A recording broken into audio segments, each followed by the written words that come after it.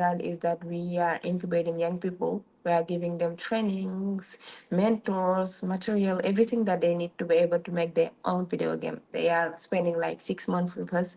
And during the 6 months, they are working on several projects. They are making video games. And those games will be released.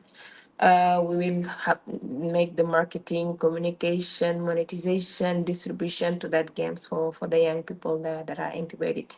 So for me, going to the Gamescom, like I was going for myself, but for the people that are in Game of Senegal, because we have so many people working on projects and the opportunities they can have there. So I was there to have like publisher, because we have some games ready to be published. I was looking also for partnership, like co-production with other studio, because with the young people there, that would be incredible. That would be great for them to be able to do co-production.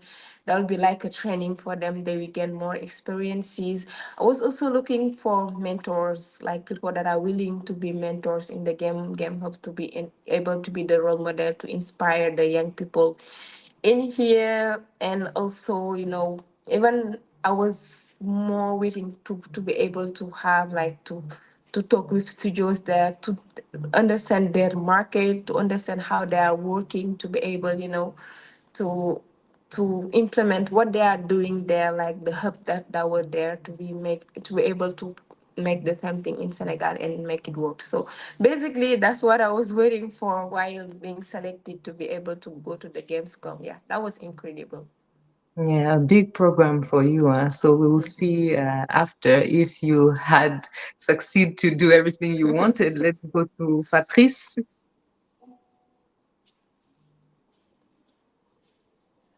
I don't hear you. Can everybody hear Patrice? Okay, now it's good. Okay, okay, All now it's right. fine. Okay. Hello, my name is Patrice de Souza. I'm game developer and CEO of Kairos Game, and I'm in this studio that's currently working on its third title.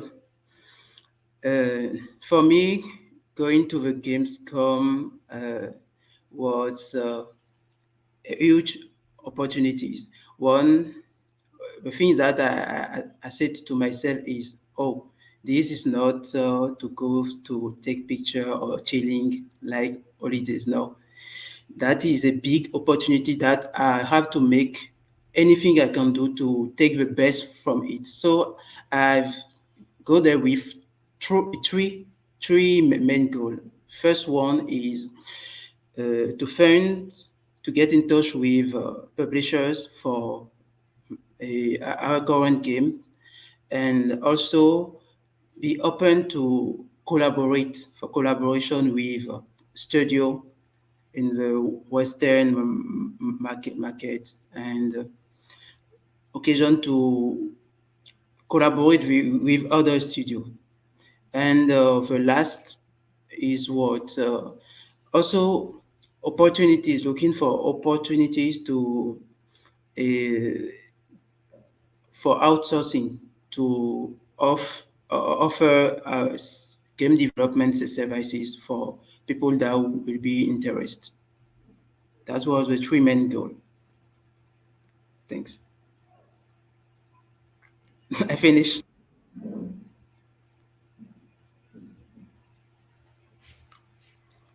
Hello, happy you have a floor. Yeah, I think it's about Apple's network. All right, should we run it until Happy comes back? Okay. Is it from my side? Yeah, Oh it's yeah, me you're back. back, Happy. Can Yeah, you you're hear me back. now? I Yeah. think Yes. I had an issue. Okay, so you can continue maybe by telling us what was the most like impactful part of this program for you, Patrice. Okay. There is many things that interest me. The fact that I have opportunities to get in touch with professional. The fact that I realized that being on social network and trying to uh, get opportunities is not the same thing that meet people in real, for real, and talk with them. I think that there's some opportunities that you can find being a, on the back or behind your screen and just chatting. Prefer to find someone and chat directly with them. There is some great opportunities. Also, another thing that really positively mark me is the fact that other in other side, I've found time. I find some time to get in touch with in the indie area booth with indie game developer has me. I discussed with them about I play the game, give them feedback, and discuss about them about the technical stack and a programming a programming paradigm and also their story, and I learned a lot from them. Something that I noticed, for example, is that the fact that the success story that we like to hear, that so someone puts a game that have a huge applause, is that most of people that I meet, some that are released awesome game is the fact is that most of them is not their first game. They have tried a lot of game and fail and retry, fail and retry. That was a story that really encourage me that I am in the good path. Try just to test things, fail quick, and we try again. That Yeah, was yeah, it's teaching you like resilience and like to like keep going, just keep going until it does something. So let me hear about Evans. What's your one highlight of the event, the best thing that happened at the event for you? What was that? I think it's probably something that I didn't saw coming. I think it's a very, for me, it was the sentimental value of the simple fact that all of us have been in the industry for so long, and given just how small the industry is, we work for many years. You're either alone or you're like 3 4 people in your country, and we do that for many years. And so it's very easy to get lost in that experience. But you see, being at Gamescom re-energized my cup. Like it refilled my cup into why I exactly got into the industry in the first place. And two things in particular made this happen. I think the first one was really seeing, as Patrice has said, really seeing the amount of passion that indie studios are putting into their work. It's incredible. It's absolutely incredible. And you see it in the work that they're doing, where you can see when someone says they're passionate and you play the game, you can feel the passion literally oozing out. yeah. It's like you can smell it in the game. It's very hard to explain, but that's the best way I can find to explain. And then the other side was seeing the consumer side of the business. As I've said, having been making games for a very long time, we deal with code and programming and design and all that, but seeing the other side, which is the consumer side, and seeing what people expect to be in games, seeing people queue for like 7 hours just to play Final Fantasy or to enter the Ubisoft booth, it completely refills your cup in terms of exactly why you got into this thing.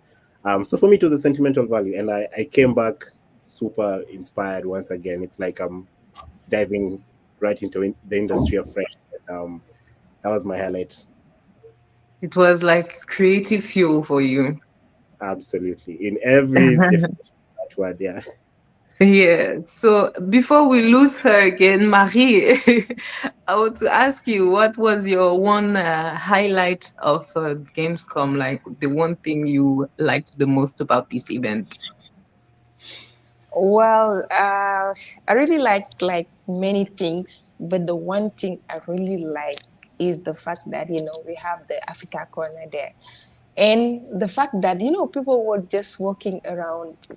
When people are working, they look at like, come see the Africa creativity. Everyone, like, people are asking like which kind of game you're making, what you're doing in Africa. And the fact that people just realize that the Africa market is going like far, that was really amazing to be able to be there and to explain them that in Africa we're making video games and we are making good games and we are willing to be like something bigger. So that was really, I really like the fact that we have the Africa corner really. And people were sending me message even on LinkedIn, like they were passing by, they didn't ask any question, but Oh, they just send me a message on LinkedIn asking about the Africa market. I didn't know that people were interested like about the Africa market on video game, and the fact that being there, being African people, being able to show them that we're making things and we want to go further, that was just amazing. yeah, that's true. People were very curious about Mm-hmm. our industry. But let me tell you the truth about Marie. I don't think like her favorite part was not that there was like an African corner. Her favorite part was the merchandise, the merchandise. Because we Yeah. went with her, we accompanied her to the merchandise section, and like I was feeling like I was not like the geek I but thought I was but because she was like exploring everything. I had to let me abandon her let at me some point let me because let me explain myself. You know, I was like earlier, I was telling that I wasn't there only for me because we have many people in the Game Hub Senegal, so I have to bring at least one thing for them, like showing them that I was in the Gamescom to be able to have things for them. So I went to the merchandise and I bought a lot of things. And when I came back to the Game Hub, I just give to everyone something, telling them, yeah, that was really great at Gamescom. Yeah, here are the gift, and after about the business, we're gonna talk about it, what we can do with your game. So that was why I was there, but that wasn't only for yeah, myself. that was very generous of you, but my feet didn't accept this. Okay, what about you, Bukola? What was your highlight of the event? So for me, I think it was the Africa corner because the Gamescom is a massive event. I think the news after the event said it was over 335,000 people came through in the week, and for the first time, thanks to Institut Francais, like we were able to have representation for the continent, which is it's so significant because part of the truth is the industry as a whole is growing, yes, but still a lot of studios need to earn, need to grow, need to find publishers, need to release IPs that transcend generations, etc., etc. So the opportunity to be able to almost like plant our flag, so to speak, for me was the main thing that because almost like you don't think about it until you're there, and then you see all the countries. We're seeing all the different countries. You see, like, small countries like Malta or Philippines, and you Philippines, see, yeah. yeah, you see large countries as well. And for us, what this means clearly is that for years, and for however long Gamescom has been around, Africa as a continent, and probably no country from Africa has been represented. So for us to be there, doing it together, also obviously it was great to meet every single one of you and to be locked together for the week. I thought that was great, but I think it just really, really symbolized that. Africa is open for business. And for me, that marker was the most impactful thing. Yeah, that's true. Like for me, it's a mix of everything everyone has said. But yeah, the fact to represent Africa in this biggest attended Gamescom since it started, it was really really impactful and really like we made history. Kind of, we made history. So it's really something to be proud of. So I wanted to know from you all, how did you find the organization of and the structure of this program, including the activities we did, the sessions, and the networking sessions? What did you think about all of this program? Was it good for you? Was it lacking something? Did you want to be maybe more left alone to do your own thing, or did you think that it was well crafted? Maybe Ebert, you can start. Yeah, yeah, absolutely. Well, I think the organization for me was 10/10.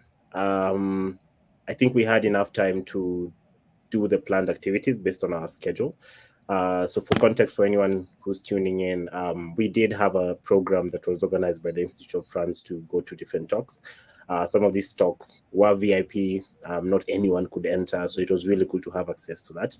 And then on top of that, we had access to the platform that would allow us to set up meetings with pretty much anyone who was attending Gamescom, which was really cool. And given the way Gamescom works, not anyone who attends can like have access to specific like all areas. So we had access to the most important areas, which were the business area and the consumer side, and multiple other areas that were very important for us. So we had access to what we needed.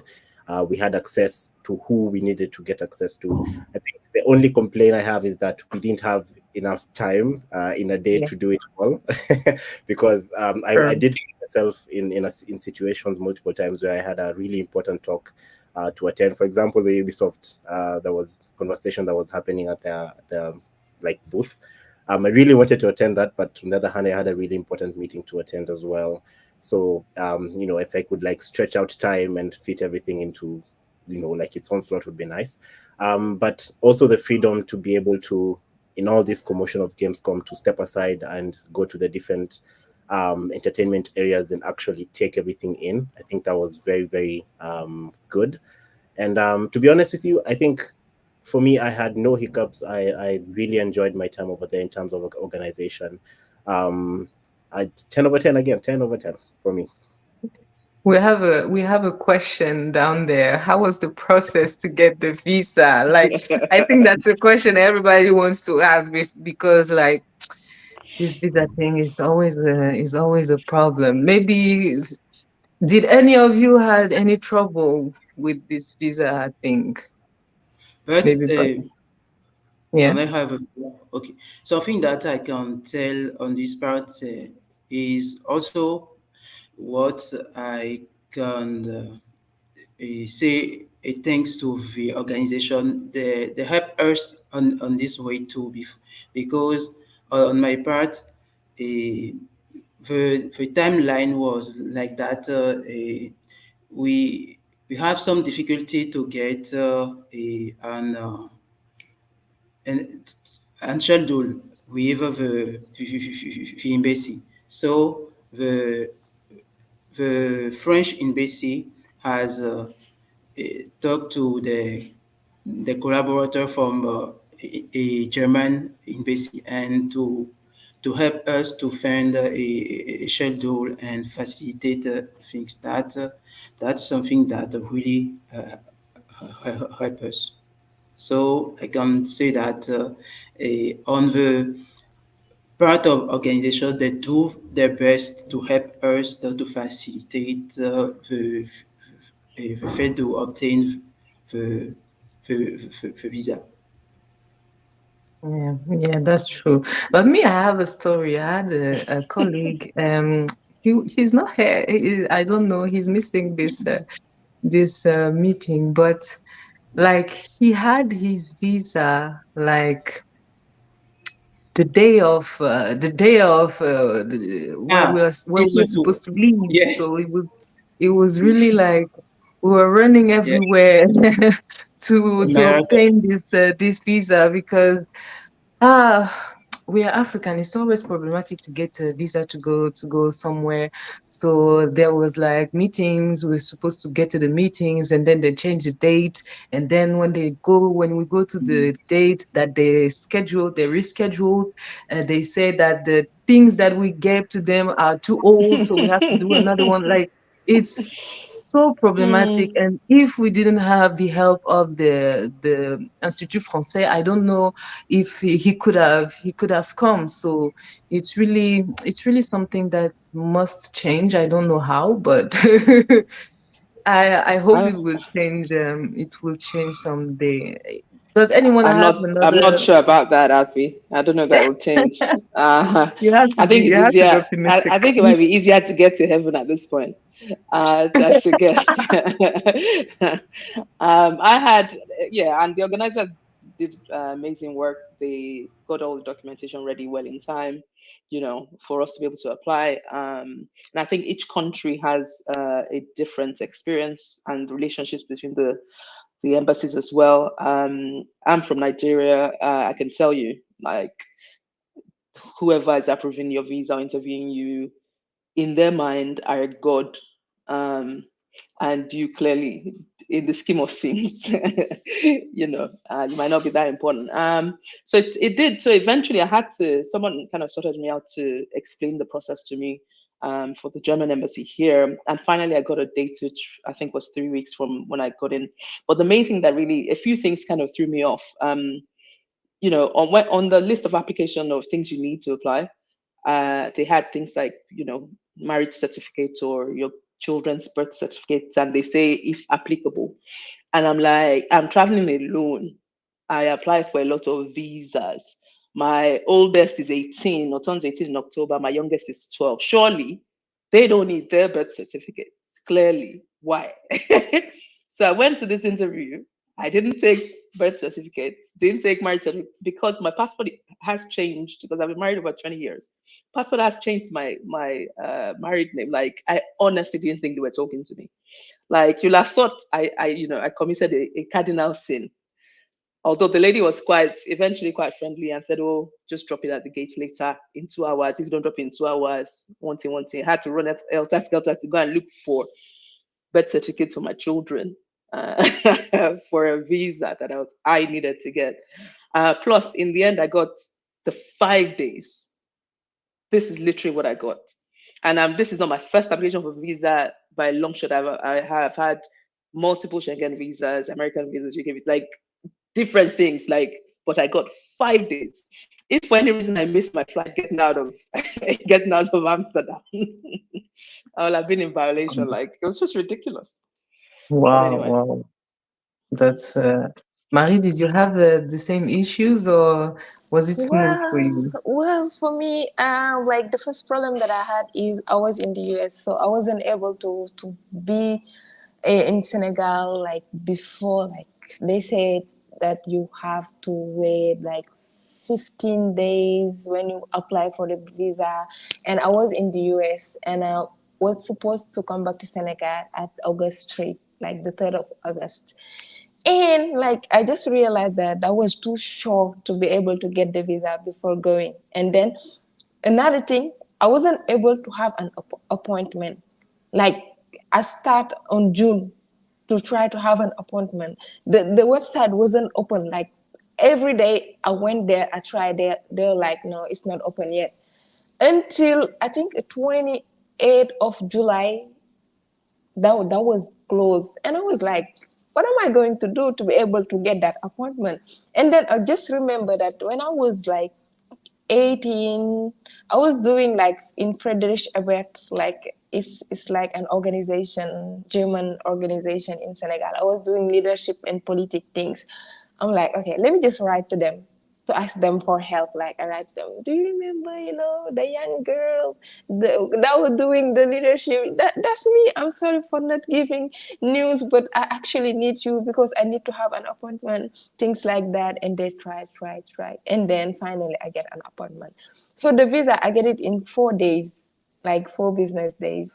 I apply on Friday, I think, and the week after on Wednesday, I get the visa. So that was kind of like the little story behind my my visa thing. Yes, so everyone has different problematic stories around visa. So if there's like a console or something on the on the live, do better, please. Do better. We don't want to stay there. We just want to go professionally, like to come back. Yeah. It's not like before. So please do better. Anyways, let's continue about the Gamescom.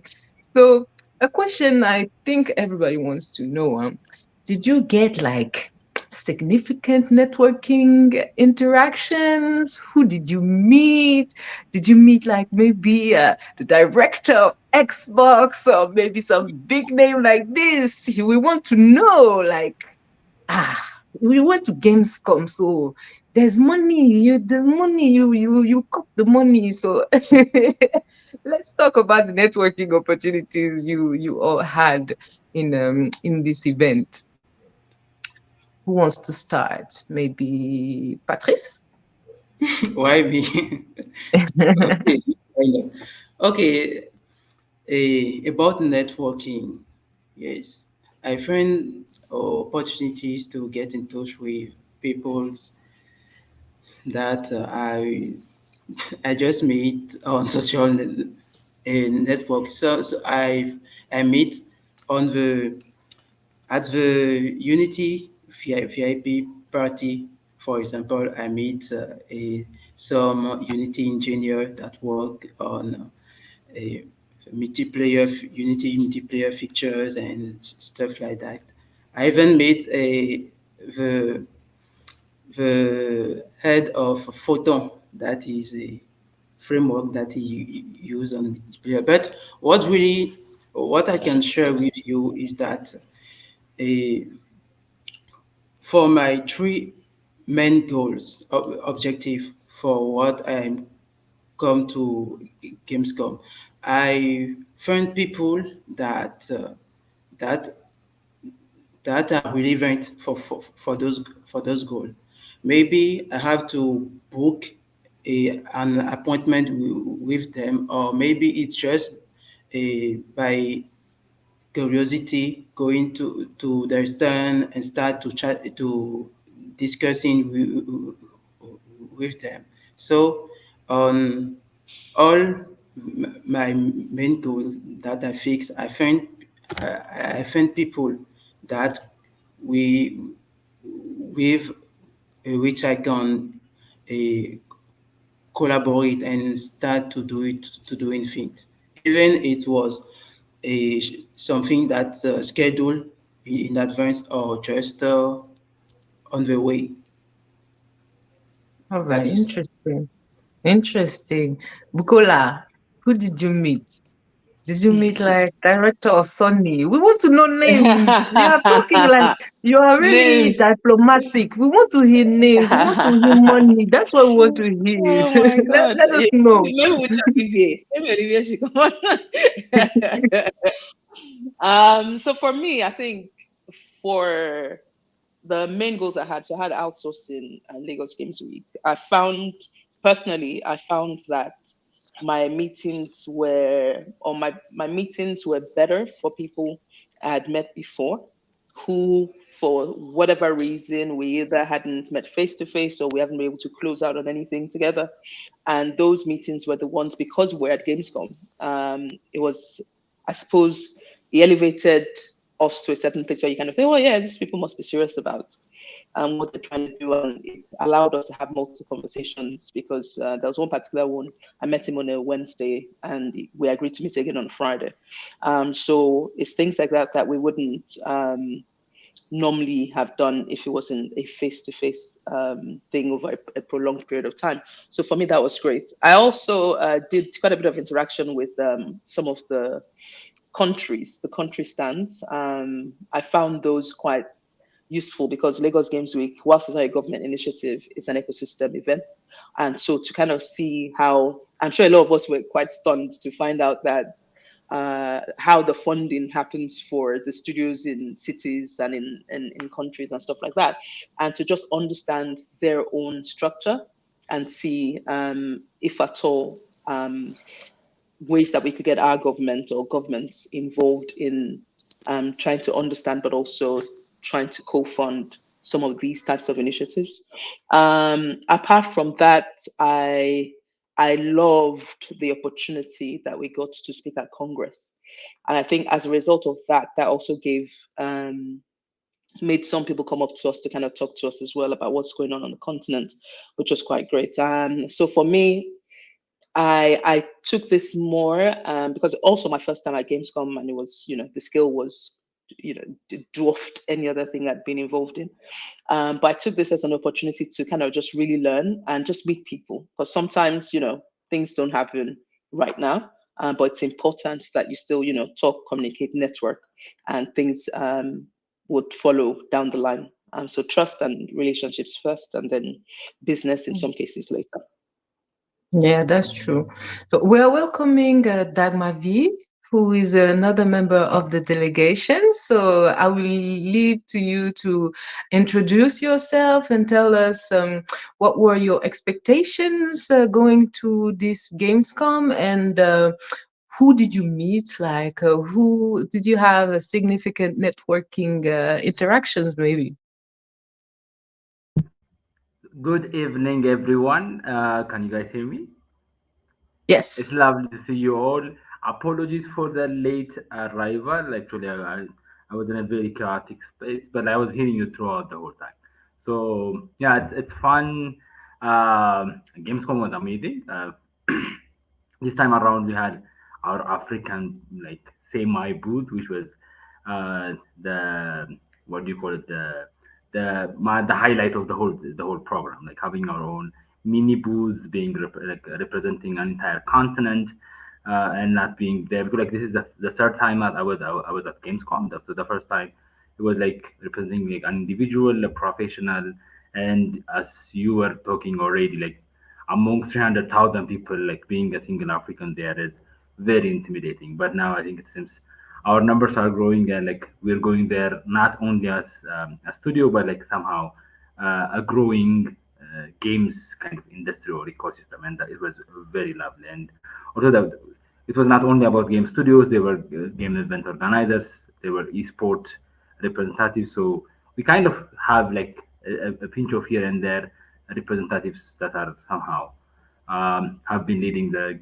African gaming industry in the past a couple of years. So maybe just to add, am I? Can you hear me, guys? Okay. I think It's I was lagging on my side, disconnected there. Okay. but So going back, it's okay. can you hear me now? Yeah.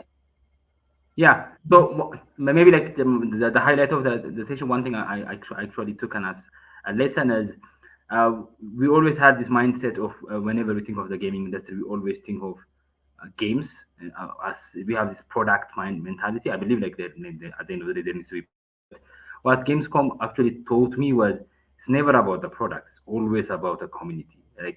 300,000 people from all walks of life from around the world coming together. This is a community building platform. It's not even a gaming platform per se.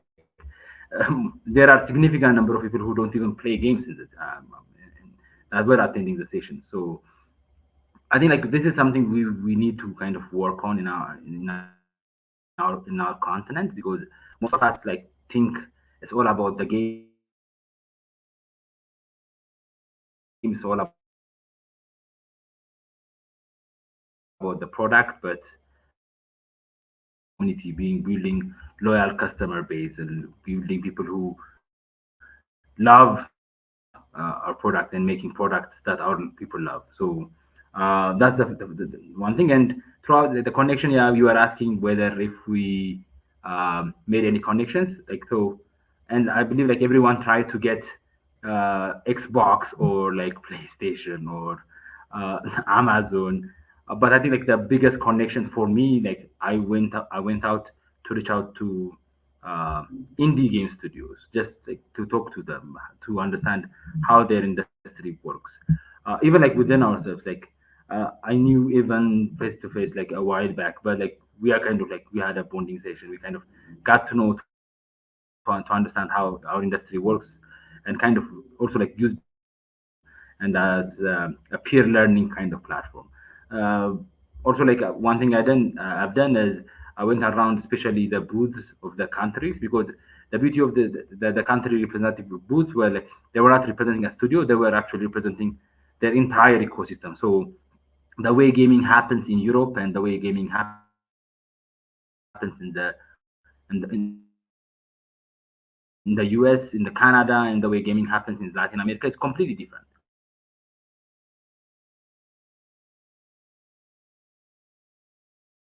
And bring it back home and like maybe try it if it works.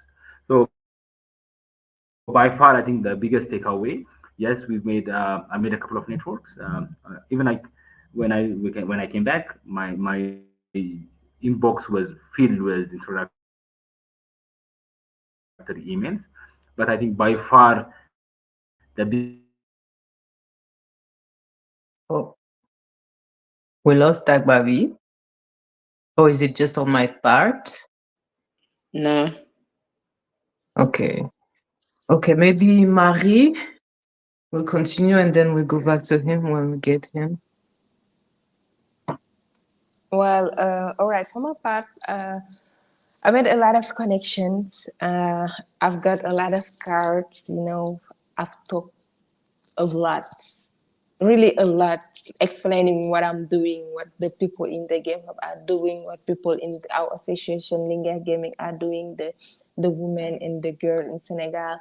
So at least even if there is nothing after that, they heard about us. They heard about things that we are doing, and they know that we're making things happen.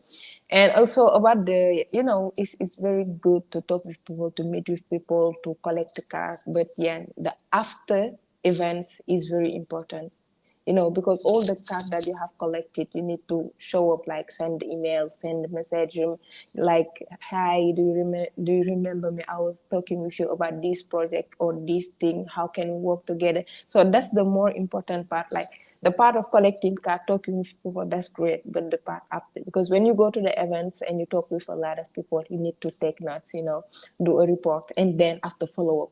The follow-up part is very important, and this week is the like follow-up weeks, or that you have to like look at all those contacts and be able to think about which kind of thing you can do to make things happen. And also I want to highlight one thing. The thing is not like we went there because we need things from them, but they also need things from the Africa part, because many people, they was really interesting about the market, the Africa market, things like that. And like we were able to help them, to give them the information that they need. Also people were asking about like they need some data about the Africa market. I was like, yeah, we made a report in Game of Senegal talking about game in Ivory Coast, Cameroon, Senegal, things like that, and they needed that. So I just told them like to go to the website and to download it, things like that. So it's very important to tell people, to like highlight the fact that we are not only the one who need them, they also need us in another part. And also talking about, like, I went to the indie games, I was testing the games there, and I was able to talk with people, to action, like to ask them. As a game designer, I was testing the games, like that can be really inspiring to understand how they did like the things to be able to be on the indie games part, to be able to like do something similar, to be maybe on 3 years, 4 years, to be able to be in the indie game part, and then who knows, go to the entertainment part when people are running like to be able to test the new release, things like that. So that was really interesting. I was able to talk with publishers that are asking for like to try the games that we made here. I was able to talk with like people that are willing to be mentors at the Game of Senegal. I was able also to I want to talk about the woman making games part, because in Senegal we have an association, Linga Gaming, where people that are interested about making video games, about esport and things like that. So we really talk about how we can like work together, how they can be mentor, doing webinar with the girl, the woman here, to be able to inspire them, to tell them how they like manage to be able to make everything that they are making now and things like that. So that was really interesting. Like, yeah, I made connection, and now it's time to follow up, to go back to them, to be able to like make something like you know, To put everything into impactful. action. Yeah, Exactly. understood. Dagmavi, were you done? No, you weren't done. I think I We was lost like, you. I think I was almost done. I think I was almost done. Okay. I was just saying, at the end of the day, I think by far from the connections made and and hopefully the like throughout this email communications, something good will come out of it. But I think by far the biggest takeaway is the inspiration and like that envy. Like, okay, we started our gaming festival 4 years ago, and comparing our gaming festival with Gamescom is like it's incomparable. But like that will give you the drive that's necessary, kind of. Oh, now we have a benchmark to kind of look up to, and what a big benchmark it is. So, yeah, maybe I don't know, in 5, 10 years, we'll have an African festival where we have a million people come and attend for 5 days. Yeah, that's the Mm. biggest takeaway. The ideas we stole from the Gamescom extravaganza. That was like I think the last thing I wanted to say. Yeah, true. So, Evans, did you or did you not meet presidents? Well, I'm always of the philosophy, quote unquote, that says um, you're always 6 people away from anyone you want to talk to in this world. So for me, that's what I went into Gamescom thinking. I probably won't meet Tim Sweeney, CEO of Epic Games, on the corridors. I knew that was not going to happen, but I definitely knew I would meet someone who would make that connection possible sometime in the future. I think the most senior person I ended up having a conversation that I remember was a very senior person at International Game Developer Association. It's memorable because we started talking. This is interesting because Gamescom, I mean, you can organize meetings with people, that's cool, but we met literally at some corner, and they were having a smoke, and I was passing by and they knew someone I was talking to, and I just ended up moving towards where they were at. And it was interesting because they had played one of my games and they were really like excited to have been. I was excited to have met someone who's played my game at that level. But at the end of the day, I'm happy to know that if I want to talk to, I don't know why I would need to do this, but the CEO of Google, he's closer. He's 6 people away. I know one person who can get me there, and they know someone else can get me there, and I know I can talk to him at some point. So that's how I went into it. And honestly, Gamescom is just to like emphasize just how impactful the event is. It's anyone and whoever you meet is important somehow. They may not be relevant in your industry, they may not be a giant in your industry, but they are a supporting player or they are a spectator and they can help in some way. So anyone you talk to will tell you something about themselves that will make you wonder, where has this person been all my life? And as Marie said, at the end of the day, there's a lot of players in the industry, and at the end of the day, it's a matter of knowing who's who, and you can't really reach out to everyone at once because you don't necessarily have anything in particular you want to tell them at this time.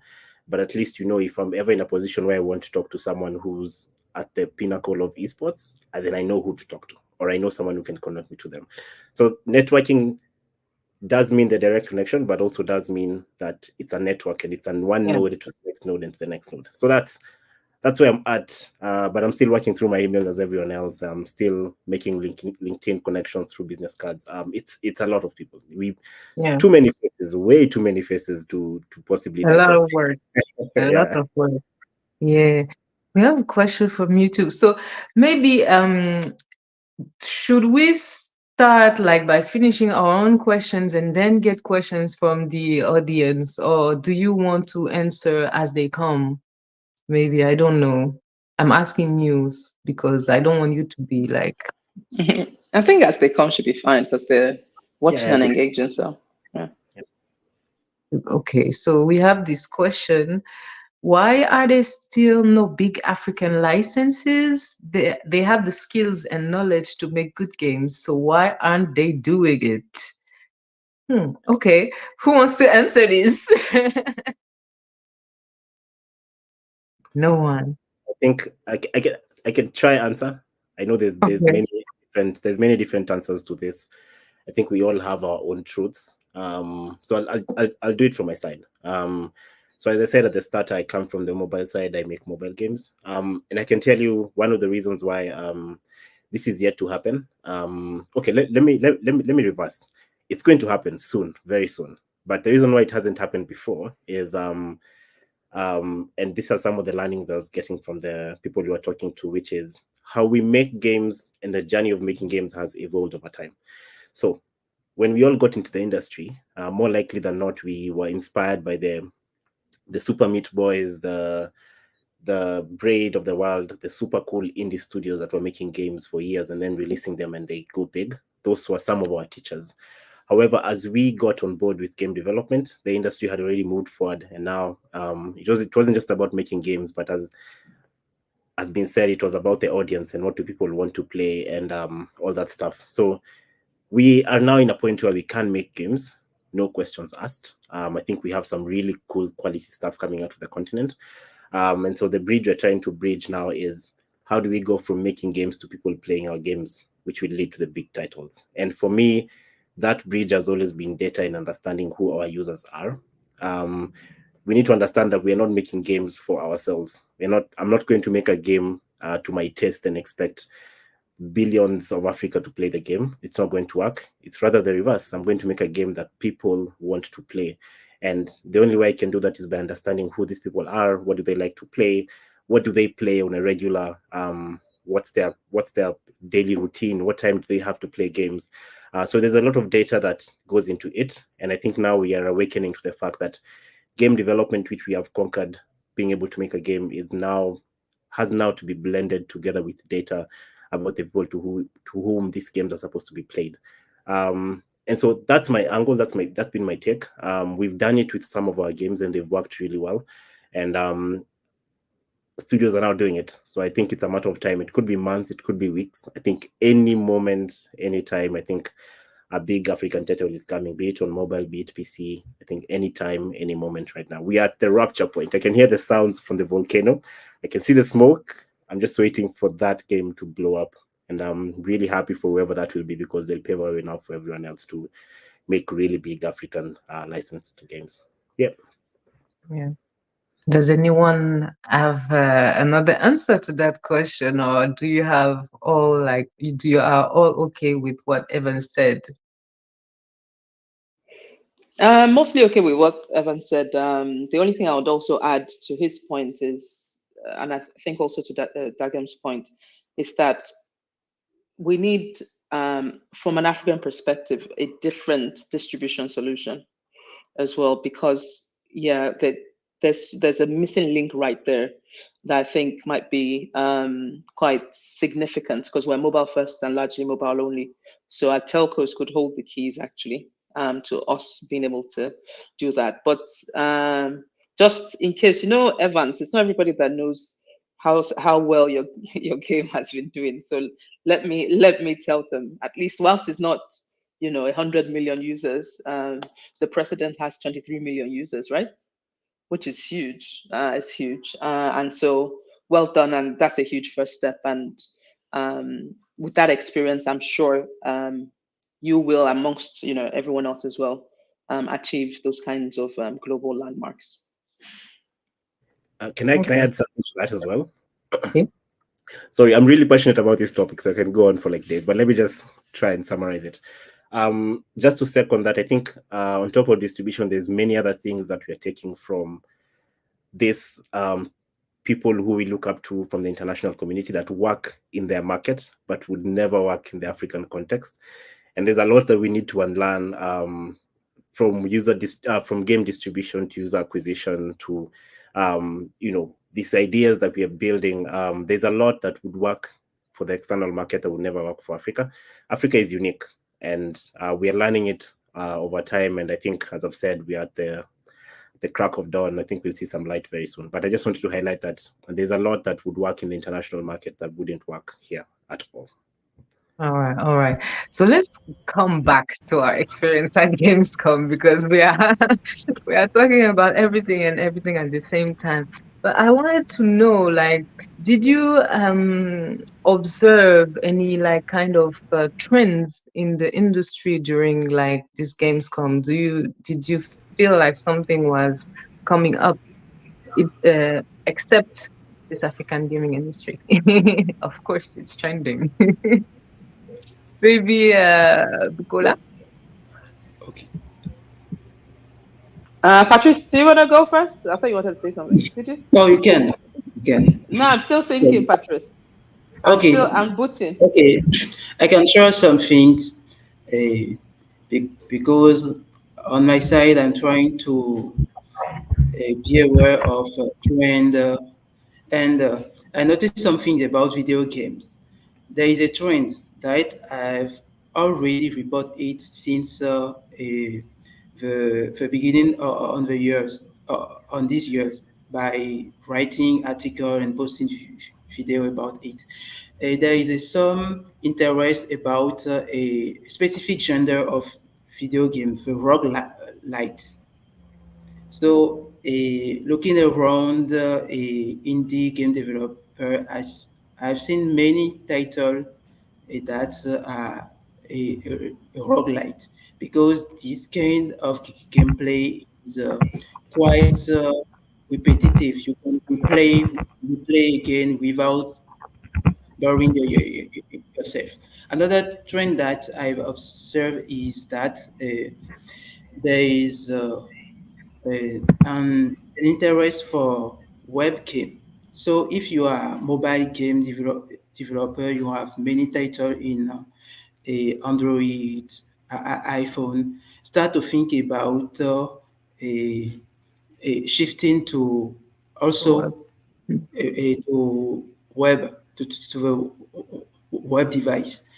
And also, I've noticed that well, that is also about it depends of how how to see to the market on which you are localized, but there is an interest about I've seen many studios that start to provide a very specialized service about porting.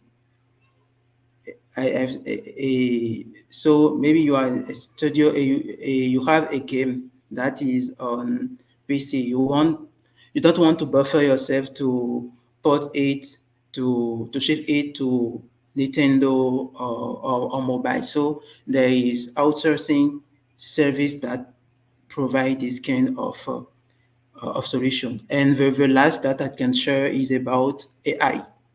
I've seen solution come from AI to enhance the workflow of game development. What I've seen one that was interesting about a chat 3D that you have just to chat to give some instruction about chat and have a 3D a 3D asset and you can try to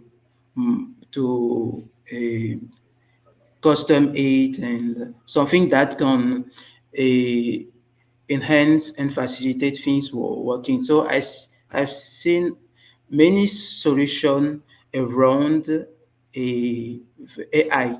I see solution like that for animation that can help you to using standard animation. You can use those tools to tweak it and still speed up your workflow. That is some trend that I've noticed. all right, Bukola, are you ready to talk now? Yeah, I don't know whether this was at Gamescom, but it's one of the things that I've seen in the news a lot. So the almost like it's not a boycott, I don't think. Some of the people releasing new games or sequels to their games are taking a different approach with the Apple Store, as an example, and some of them are taking um, uh, things with either Netflix games or other solutions to try to distribute instead of using um, iOS just because of the stringent rules or something like that.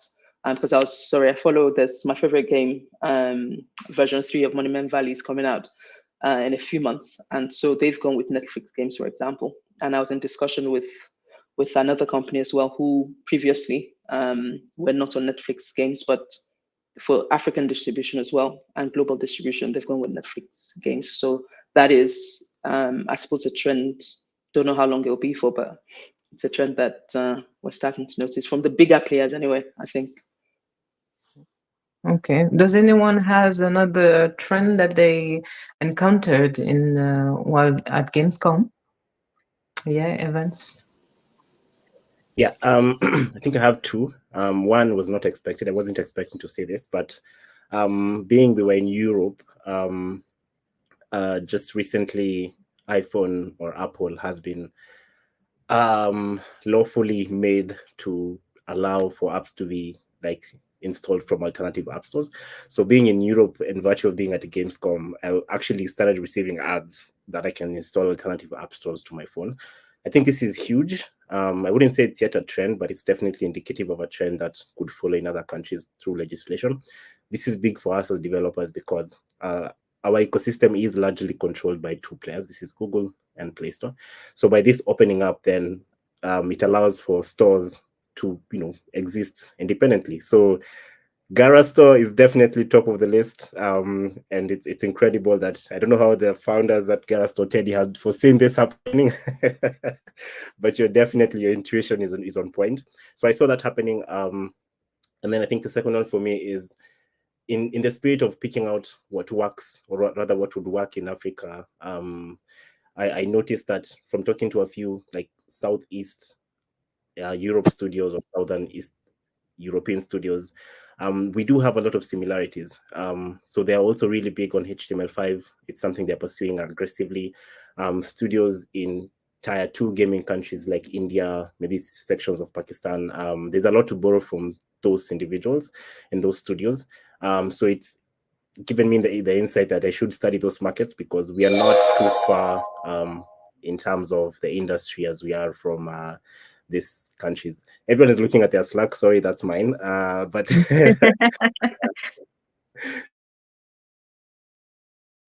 All right. Okay. Marie, do you have something to add? Well, I think you all like said the most of the trend that we were seeing at Gamescom, but also like Patrice, I can talk about the like AI and machine learning part. When you're discussing with people working alone or things like that, that they are using AI. Like that's a really good tool for developers to be able to work easily by using the AI, but also the cloud gaming. I was talking a lot with like someone at Gamescom about cloud gaming because with the cloud game we are able to make like very high level game that are more accessible to like people that doesn't have like expensive hardware. So that I think that's something that can very like be good in Africa because that's not everyone who can have a really really good phone. So if you can use cloud gaming, that can be really great. So that's mainly the two things that are so in trend. And also we can talk about the VR games that are really really good. You remember, Appy, we were testing the game where we get the book. That was really like impressive how they implement the giant trying to squeeze Yeah, us. we played an awesome game like where we have to battle a giant in VR. Yeah, that was Yeah, it very was beautiful. immersive. That was really immersive. Yeah. Yeah. Yeah. So I wanted to talk about something. Maybe it will be like I don't know how to say. It will make people talk. But I wanted to highlight this thing. Like we were African delegation, right? But like the representation of the African gaming industry was a little bit like severed in two because we had like this African delegation booth, and then right across like the the hall, we had like a South African booth. So I was like, why didn't we all come together and do like one thing instead of like being separated like this? And does it reflect like what is really happening in the gaming industry, in the African gaming industry altogether? Like South Africa is way over there, and the rest of Africa is somewhere else. So what did you think about this? Do you think like it's a good way to represent the African gaming industry? Like, do you feel like our presence was strong or lacking in certain areas? Like Bukola, maybe you can talk about this. So to be honest, I didn't see the South African booth, but so listen, I think from interacting with South Africa for a few years previously for a few other things, their governments are quite organized. They have several different layers of programs from, like state and city and funding, and they're like really, really structured.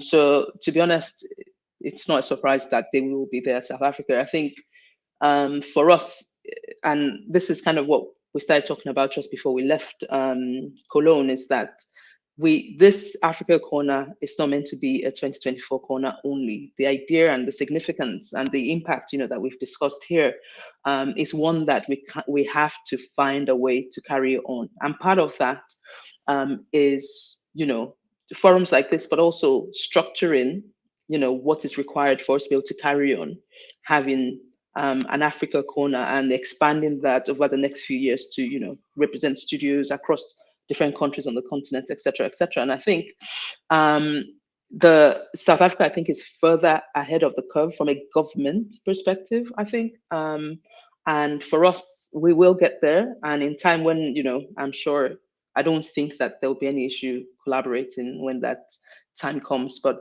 with the journey that we've started now, we have to keep up, because it was useful, like everyone here has said, it was useful for all the delegates. It was useful for people who were not part of the delegates, but are from Africa and were at Gamescom as well.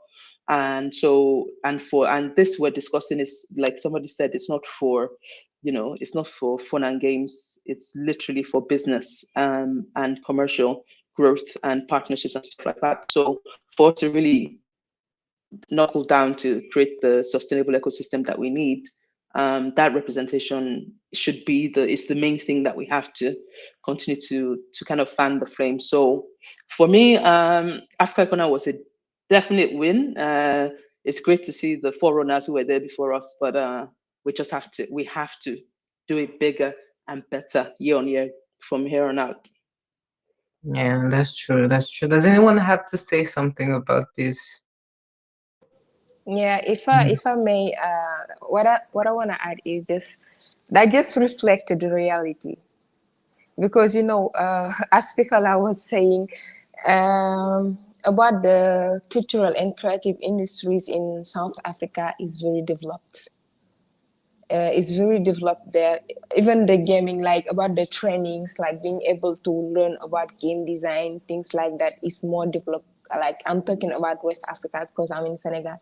The West African people, especially in Senegal, we don't have that kind of trainings. We don't have that. So they are more developed on that part than us.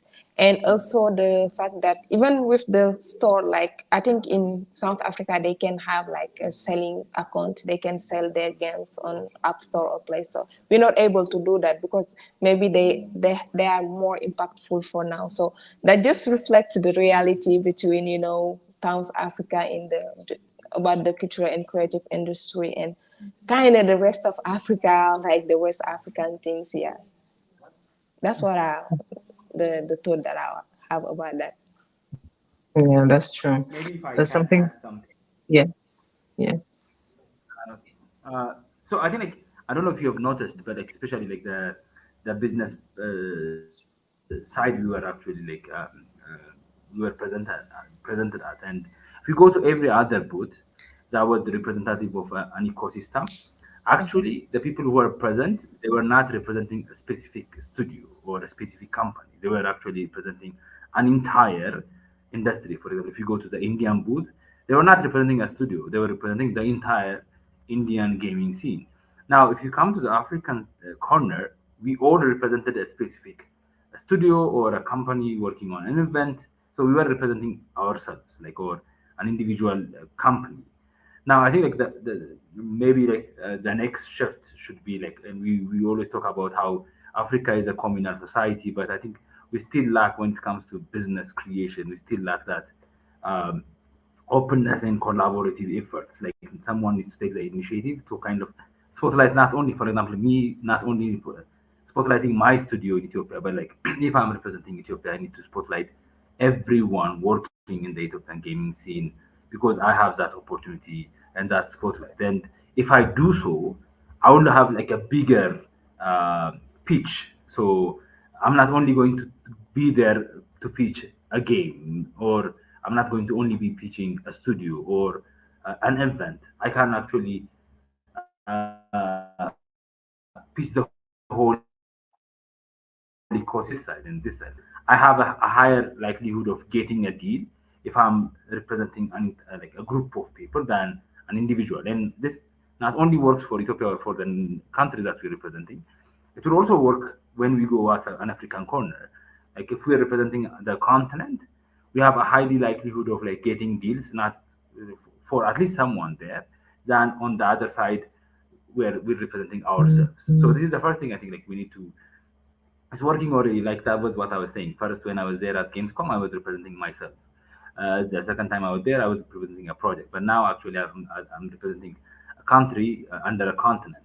So if we continue this growth and the more spotlight that we get, like because like the biggest challenge is now if I tell you like there are 12 indie game studios in Ethiopia, like you will not believe it. Because like all you know is Dagmar Wedulu from Ethiopia from Fuyegala Publishers. So like as we like as the years go and our representations grow, if we start to focus on not only ourselves but the people and like the community that we're representing, that would be actually very ideal. Another thing also like we've observed in this scene as, and I was saying it earlier on as well, the European market or like the American market, they serve their people. Now, usually the mindset that we have, thanks to the globalization, yes, I'm not kind of like condemning it. I think it's a good way. Every game studio in Africa tries to sell to a global market. The funny thing is, like, every European publisher is already selling to an African consumer. So it's like it's very ironical that we're trying to sell to the West while the West is already selling to our people, and that's sad. Like that, they know our people more than we know ourselves. So we need to like Evans and also like Okola, you were saying this earlier on as well. We need to start to see our people. Like until now, yes, we were pretty much on a technological disadvantage. We were actually pretty much busy trying to understand: can we make games? Can we uh, create visually appealing content? Can we use the platforms like Unity or Unreal, all this like or Godot? Like, can we use them? This was a question for the past, let's say, half a decade or a decade or so. Now we know that like we can't do them. Now that like we need to also shift to the business dimension of it, and business means serving what people want. So now the question is going to be like, what do people love? What do Africans love? How many Africans do we have? Like, and Africa is a very big stereotype. Even like if you come to Ethiopia, like we have a very huge diverse community. So who loves what? What type of games would suit what type of, and should it even be like an entertainment game? Can we actually look at games from a different angle? Like, can we create games that actually change lives? That can we create games that can make life better? So we need to start like looking at what works for our community. Then very much I want to emphasize on this. We need to start building communities, like people coming together and playing together. One thing we've noticed is like there was a huge, an entire space dedicated for esports. Now, if you've seen the stage 9, if I'm not mistaken, was completely dedicated to esports. So uh, community building is part of it. Event organization is in part of it. It's not only making the game. To get the game to the consumer, there are a lot of players. Like we need events, we need playstations, we need actual publishers. Like all of these elements, we need to actually work with that. And I think that's what I see as a future. we not only representing ourselves but representing our entire community, their needs, and when we go there, we can deliver a better pitch and win better deals. So that's exactly what I see. Yeah, Can I that's add? Mhm. I just like really short. I just want to add on top of South Africa having their own booth. They also had their own like networking event that was happening after hours at Gamescom, and attending that event, South Africa networking event. We got there and we realized that they also had a government representative in their delegate, and this was very shocking to me because it really highlighted the importance of lobbying lobbying our governments to support what we do. I really don't know the intricate details of what part the government had to play, but in the event, the networking event, they had also West Grow come in, which is their tourism board in Cape Town, and do a short presentation about Cape Town and the bunch of things that they're doing in Cape Town. So it's what is happening is I think they've realized that it takes an ecosystem for the gaming industry to survive or to exist, and they have all these different bodies who are coming together to make it possible for them to have their own booth. But definitely the government plays a big part. As we saw in Gamescom, studios are not having their own booths. It was countries that were setting up booths, and then you go to the booth of X country, and then you get to talk to the studios that are inside there. And so for us, I think it calls for a moment of reflection and just realizing what we can do to push our governments to notice that we are here and we exist. And to just to point out and to give flowers to Alexander, Nick, and Rex down in Cape Town, who have toiled the industry to make sure that they get to a point where their government is able to identify and notice that they exist. I know it's not perfect. If you talk to them, they'll tell you they're still pushing the government to do more, but they've really painted a good example of the fact that maybe next time, where I'm from, Kenya, we'll have our own booth. I don't know how many studios will be there, but it takes us to tell the government that we exist. And if you grow the industry, the language that the government likes to hear is, if you grow the industry, then you'll collect more taxes. So it's lobbying in that angle and letting them know that we understand that they need money, and this is an angle for them to get more money if we're able to grow an industry. So it's lots and lots of lobbying, but it's good to see that we have an example of a country that has gone a couple of steps forward. And I'm really hoping that maybe next time we'll have another even if we have one other African stand that is country specific, I think it's a win. So yeah, but everyone, in the meantime, it was good to have one stand for the rest of Africa. Yeah. It was at least that. We have two questions, but I think we are way past the hour. So we are going to do these two questions and then maybe finish. So we have a question from Olympe, who's asking, what is the most interesting next B2B event for your studios and teams, and how to connect more after Gamescom in other type of activities? Who wants to answer first? Maybe Marie, we didn't hear from you for a while. I will let the floor to like other people. Okay, Nicolas, Patrice. I think the next major one is Africa Games Week, which is in December, 2nd to the 7th, I think. A lot of studios on the continent will be there. And FEDRA, exactly. Thank you. So esports and Africa Games Week, FEDRA and Africa Games Week are the two big ones still happening this year. I think in Lagos, we've also got Gameathon and Lagos Comic Con coming up as well. Yeah, there's Playtopia as well. Does anyone has any other event that they would like to talk about? I think that's pretty much the event. In terms of getting in touch, I think the beauty about our industry and the fact that it's still growing is, if you have contact with one of us, you have contact with everyone. So I think the best way of getting into contact is definitely reaching out to anyone who is on this one. And if you want to talk to whoever else is doing anything interesting, it's very easy. It's literally a phone call away or a WhatsApp message away. It's very intimate. So I'd say, other than the event, we're very easy to get to. Mm-hmm. Mm-hmm. And there was another question also, how to connect more after Gamescom in other type of activities? Who wants to answer? No one.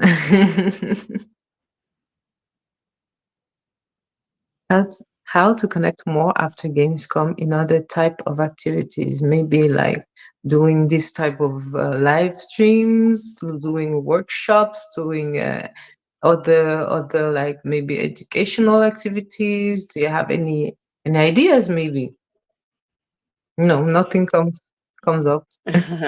No, I think the players in the industry who do community building activities. So I'm sure they will be hard at work at that. Like I said, I think Gameathon is coming up, and there are quite a bit of workshops and sessions that are happening as a build up, and also during the event. But also, I think as on the back of Gamescom, I'm sure some of us even internally have set up sessions. I know we've set up a session with Evans with our team to talk to our studio. So I think there's a lot of bonding or community things we can learn from each other as well, and making the most of that as well. Yeah, that's true. So we have another question. What do you think have changed in the Nigerian gaming industry from over a decade ago? I don't know if you're familiar with Korea, founded by I Jay am. I am. I'm also familiar with Precious. Okay, okay. Most definitely. All right. Yeah, you want to answer that question? Sure. Let me try. I saw a piece of research sometime last year where they analyzed a lot of startups to try to understand why startups fail. And the biggest singular reason was timing. And this, I would argue, obviously, clearly, the owners or co-founders will be in a better position. But to be honest, I don't think 10 years ago the market was ready for what Kuluya was. I think a lot has changed. There's a lot more focus globally for the cultural and creative industries. There's a lot more growth that's happened in our music, in our culture, in our films, in film industries. There's a lot that's happened even in terms of game engines and access to be able to make games for us as Africans. So I think a lot the stars are aligning, or maybe have aligned. And so now is a much better time because the barrier to entry is a lot lower. I'm sure maybe, I don't know if anyone here raised $3 million to be able to release their own game. That's because obviously the barrier is a lot lower now to start. So I think, like it's been said, a few people have done a few releases and we're getting better at releasing games. And then that growth and appetite for what the continent needs, or exporting African culture to the world through games, will become a reality in not so long. But the main thing being the timing just wasn't right, I don't think, at the time, 10 years ago, with Kuluya. All Okay. right. Can I have the floor? Yes, you can. It's something to share about it. Okay, I can share something with you that could shock you, but I think that a game like Assassin's Creed, a the last one, the title was Shadow. Shadow, yeah. Mm, okay, I suppose if you take the budget of this game and you give it on an African team, you can add the same result. That could shock you. Why? Because it's not just matter of skills, development skill or design skill, but it's also on the background, the ecosystem, distribution, and things about that data that they have already done some title experiment things, and they are connected with the the need the need of cons- consumers, and they have got a lot of feedback. And also I think that some 3 million is a risky. This bet is very risky because we have a talk like that during the Gamescom on the panel. It's more wise to give a more small amount to many different studio and have feedback of them and see who is fake, who is doing well, and collect data and uh, based on this data invest more. So just take someone and invest this huge amount of funding is very risky. Go step by step, I think. And just to add something about just back to the Olympa question, I will be attended also to at Lagos to the Gamethon. So it's my next step. And also my main focus now is just to follow up the connection and opportunity that I've taken from the Gamescom and try to take the most of it. Thanks. Thank you. Thank you so much. So we will have one last question because we're way past the hour and almost a half. So I want to we will have an open floor. Like, is there anything else you would like to share that wasn't covered in the questions above? What are the next steps for you? What do you think we should do as a delegation to maximize the benefits of this Gamescom experience? Who wants to talk? Can I do on a lighter note first? Yeah. Yeah, Appy, you forgot to tell everyone that they need comfortable shoes and sleep for Gamescom. And vitamins. A lot of vitamins, yeah. Huh, that's true. Uh, no, Marie, you can go. Yeah, so there is some noise here because we're receiving some young people that want to know how we're working and things like that. So we have some kids around. What I wanted to add is the fact that we have a really great time between Africans. Yeah, that is to highlight. We have some good discussions about what we're doing, what we're making, how we're making our game, how we can improve it, and some good times talking about our culture, like the Kenyan culture, the Nigerian culture, things like that. So that was really great time that we spent together. So, and I think that that's something good. We're creating some bond together. So in like maybe we can have co-production between us and things like that, and that was really great. And one thing also I wanted to add is for the like studios, the developers, or the people that are working on games that are from a francophone like countries, you need to learn English if you want to go to this kind of events. If you only speak French, you will be lost. So just take some money, and invest it on learning English to be able to express yourself, to be able to talk about your business. That's something great if you want to attend these kind of events and to have impactful things there. And last thing, like I wanted to say thank you to the French institutes that make this possible for bringing us there, and also some people behind. They know themselves. They're working like very good for the gaming industry. And one last thing, you can follow Game Hub Senegal if you wanna if you wanna have like we doing like many things, webinar, things like that for those who speak French. You can have some contents in the Game Hub Senegal. And yeah, thank you very much, y'all, for making like that was really amazing being with you in the Africa corner, and thank you for making the events like very special. Thank you, Marie. Thank you very much. Does anyone wants to say anything else? Okay, uh, about gaming in Africa, there is great opportunities, but also big challenges. And this Gamescom have given me a kind of drive to continue to do my best.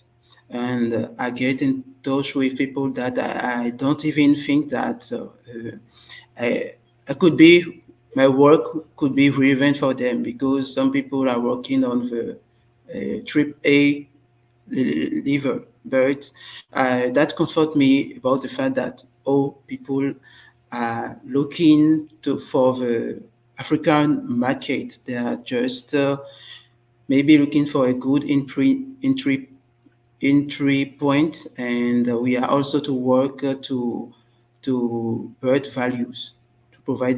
And I have to uh, say a thanks to the organizer, Maseka Sages, and Paradise Game, and to the French Institute to have, and all other sponsor to have give us these opportunities. And what I want also to make a call to our local government, that is also your business. That game industries matters. Thanks. Evans.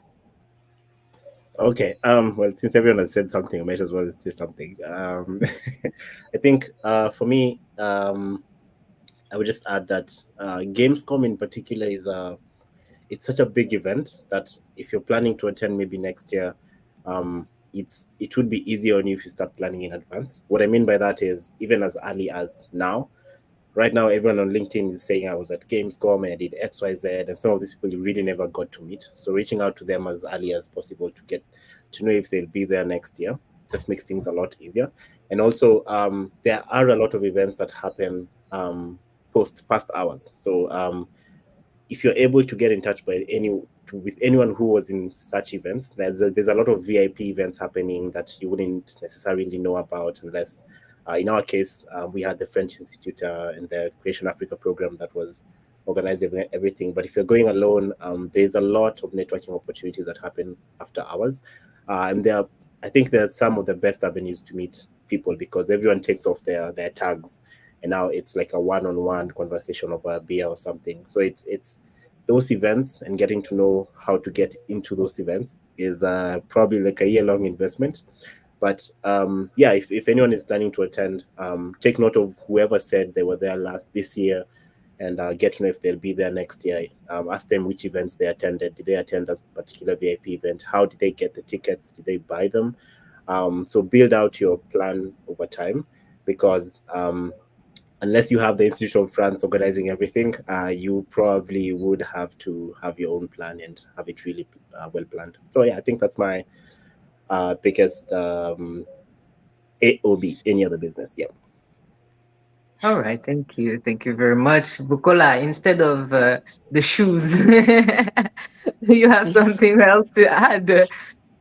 Yeah, so it was great meeting everyone that was part of the delegation, or even people who weren't part of the delegation but were at the booth, and being able to spend that time to understand and learn from each other.